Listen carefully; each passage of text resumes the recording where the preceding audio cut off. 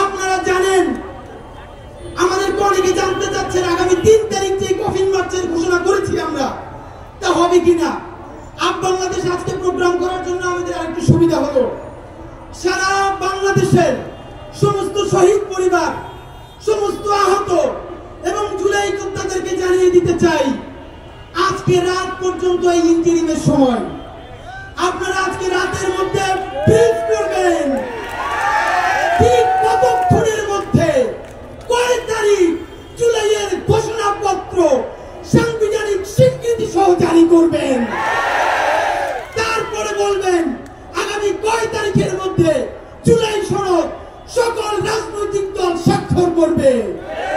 মাননীয় প্রধান উপদেষ্টা, আপনার উপরে আস্থা রেখে বলছি, আপনার সরকারকে আজকে বলতে হবে আপনারা ঘোষণাপত্র কখন দিবেন এবং কিভাবে দিবেন, সনদ কখন দিবেন, কোন প্রক্রিয়ায় বাস্তবায়ন করবেন।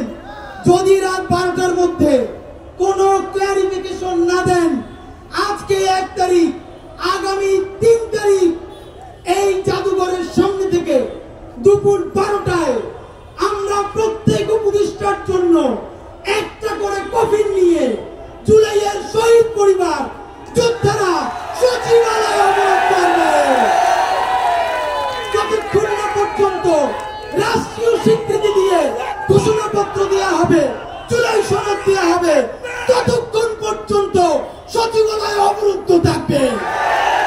সুতরাং সিদ্ধান্ত আপনার, এই জুলাইয়ের ঘোষণাপত্রের মালিকানা বাংলাদেশকে দিবেন নাকি কোন ক্যারিট বাসদেরকে কাছে দিবেন, সেই দায় কিন্তু আপনাকে নিতে হবে।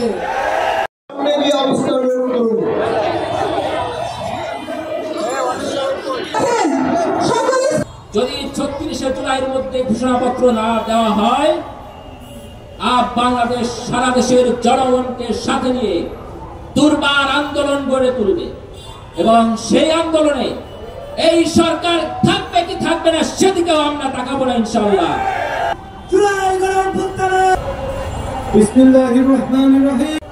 আমরা ইন্টারিম সরকার এবং জুলাই যোদ্ধাদেরকে জানাচ্ছি, যদি আমরা জুলাইয়ের স্পিরিট প্রকৃত অর্থে ধারণ না করতে পারি, আমরা যদি একতায় আবার এক হতে না পারি, আওয়ামী ফ্যাসিবাদের ষড়যন্ত্রকারীদের মোকাবেলায় আমাদেরকে আবারও এক রক্তসাগর পাড়ি দিতে হবে। আওয়ামী ফ্যাসিবাদের মোকাবেলায় এবং দিল্লির আগ্রাসনের মোকাবেলায় আবারও জান দিতে প্রস্তুত। 1 বছর আমরা আপনাদেরকে দেখছি, আপনারা যদি কাজ করতে না পারেন, জুলাইয়ের আকাঙ্ক্ষা যদি আপনারা বাস্তবায়ন করতে না পারেন, এই সরকারকে আমরা আমাদের সরকার আর বলবো না। যে গণকবর হয়েছে রায়ের বাজারে, গণকবর হয়েছে জুলাইনে, পত্রপত্রিকায় রিপোর্ট আছে, আঞ্জুমানে মফিদুল ইসলামের কাছে তালিকা আছে যে এতগুলা আমার কাছে বেওয়ারিশ লাশ আসছে, আমি এইখানে গণকবর করছি। সরকার এই লাশগুলার ডিএনএ প্রোফাইলিং এর মাধ্যমে এই শহীদ পরিবারের কাছে ফেরত দিতে পারে নাই। শেখ হাসিনা সরকার আমাদের লাশগুলোকে গুম করছে, আর এই ইন্টারিম সরকার এই বেওয়ারিশ লাশগুলোকে বেওয়ারিশ রেখে দিয়েছে।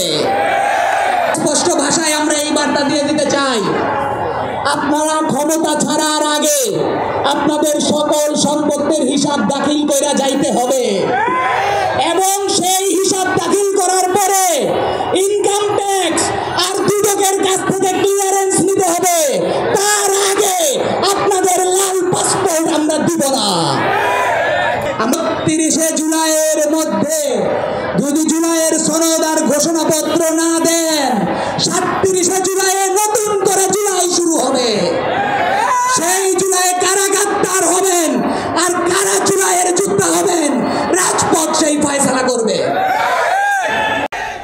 আমরা বলতে চাই, আওয়ামী লীগের পক্ষ থেকে এখনো জুলাইয়ের যোদ্ধাদেরকে জীবনের হত্যার হুমকি দেওয়া হয়।